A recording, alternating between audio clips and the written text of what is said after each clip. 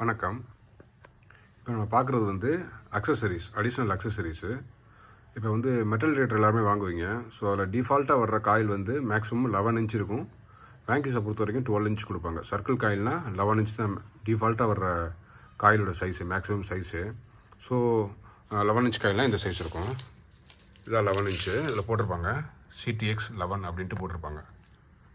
இது CTXோட காயில். இதில் 11 இன்ச் இந்த சைஸில் தான் காயில் இருக்கும். ஸோ நம்ம பெரிய காயில் போகணும், கொஞ்சம் டெப்த் இன்னும் கொஞ்சம் நம்ம போகணும் அப்படின்னு நினைக்கிறவங்க பெரிய காயில் வாங்கிக்கலாம். அப்படி வாங்கினீங்க அப்படின்னா டெப்த் இன்னும் ஒரு அடிக்கிட்ட நம்ம எதிர்பார்க்கலாம். ஸோ இது வந்து CTXோட 17 இன்ச் காயில். அதே தான் இது 11 இன்ச் காயில், இது 17 இன்ச் காயில். இந்த சைஸ் பார்த்தாலே கம்பேர் பண்ணிக்கலாம். வச்சு நான் காட்டுறேன்.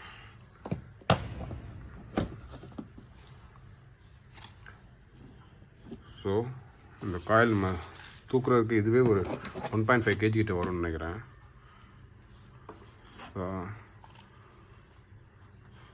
ஸோ டெப்த்து இன்னும் அதிகமாக போகணும் பாருங்கள். இதில் 17 போட்டிருக்காங்க. CTX 17, இது 17 இன்ச் இந்த காயில்.